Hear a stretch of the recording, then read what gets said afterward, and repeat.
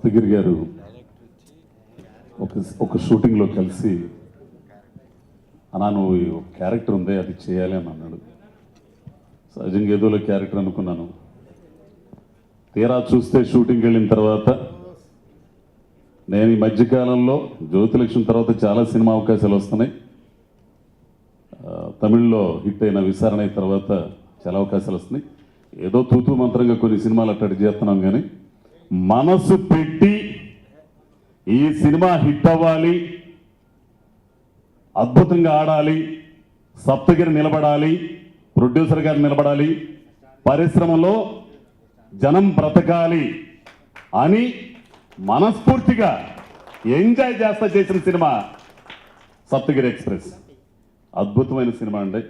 మంచి మనసున్నోడు ఆ పిల్లోడు, నేను ఏదో అనుకున్నాను కానీ మంచి మనసున్నోడు. మరి ప్రొడ్యూసర్ గారితో నాకు అంత పరిచయం లేదు, కానీ మంచి టీం అండి, అద్భుతమైన టీం. గోపాల్ గారి దగ్గర నుంచి, అసిస్టెంట్ డైరెక్టర్ దగ్గర నుంచి, రాజు దగ్గర నుంచి, ప్రసాద్, మొత్తం అందరూ అద్భుతమైన టీము. ఈ సినిమా ఆడితే పరిశ్రమలో బతుకుతారు, చిన్న నిర్మాతలు బతుకుతారు, పరిశ్రమ బతికిద్ది. కాబట్టి మీడియా ద్వారా దీన్ని ప్రమోట్ చేయాల్సింది మీరే, అంతకంటే ఇంకేలేదు. ఖచ్చితంగా సినిమా హిట్ అయిందంటే ఆ నమ్మకం ఉంది.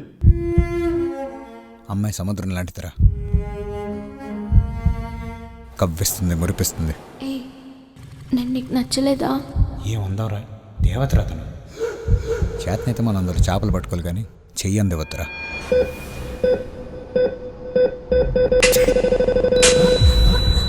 రేపు వస్తావు కదా? నిన్నే చూస్తూ ఇలా